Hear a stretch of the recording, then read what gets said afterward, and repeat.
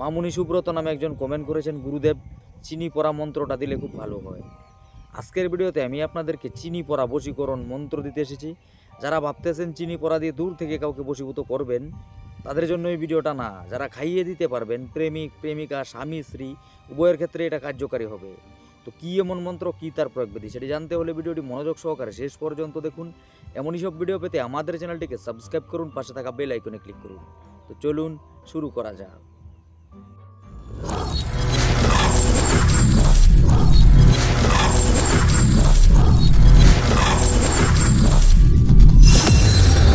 আজকের ভিডিওতে বলা এই চিনি পড়া বশীকরণ প্রয়োগ করার জন্য সর্বপ্রথমত আপনাকে শনি অথবা মঙ্গলবার দিন সকাল 10টার আগে চান্দান সেরে অথবা রাত্রিবেলা উলুদুনি দেওয়ার পর 12টার আগে যে কোনো একটা টাইম ধরে পূর্ব দিকে মুখ করে আপনি ঘরে অথবা মন্দিরে বা তুলসী তলায় বসে ধূপদীপ জেলে গুরু মন্ত্র জপ করে মন্ত্রটিকে ভালোভাবে মুখস্থ করে নেবেন, যেটি স্ক্রিনে দেখতে পাচ্ছেন। এবার যখন আপনাকে প্রয়োগ করতে হবে, এটা 108 বার জপ করতে হবে না, ভালোভাবে মুখস্থ করলে কাজ হয়ে যাবে।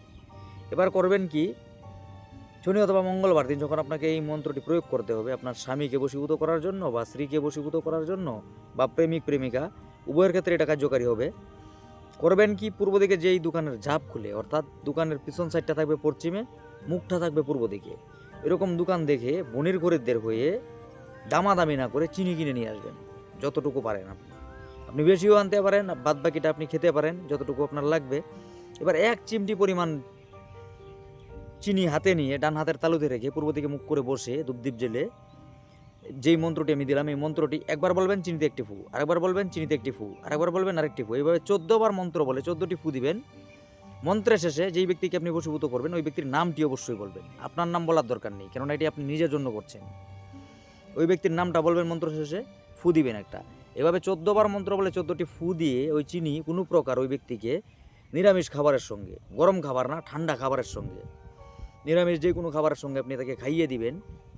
একটি দানাও যদি উনি খেয়ে ফেলেন 24 ঘন্টার ভিতরে আপনার বশীভূত হয়ে যাবে, আপনি বুঝতে পারবেন। আজকের ভিডিওটি এইটুকু ছিল। ভিডিওতে বলা তথ্য যদি আপনার ভালো লেগে থাকে লাইক করে যাবেন। এই তথ্য আপনার আশেপাশে জানানোর জন্য তা শেয়ার করতে পারেন। আমার সঙ্গে যোগাযোগ করতে হলে ডিসপ্লেতে দেওয়া নম্বরে হোয়াটসঅ্যাপ করতে পারেন। দেখা হচ্ছে আগামী পর্বে, ততক্ষণ পর্যন্ত ভালো থাকবেন। ধন্যবাদ।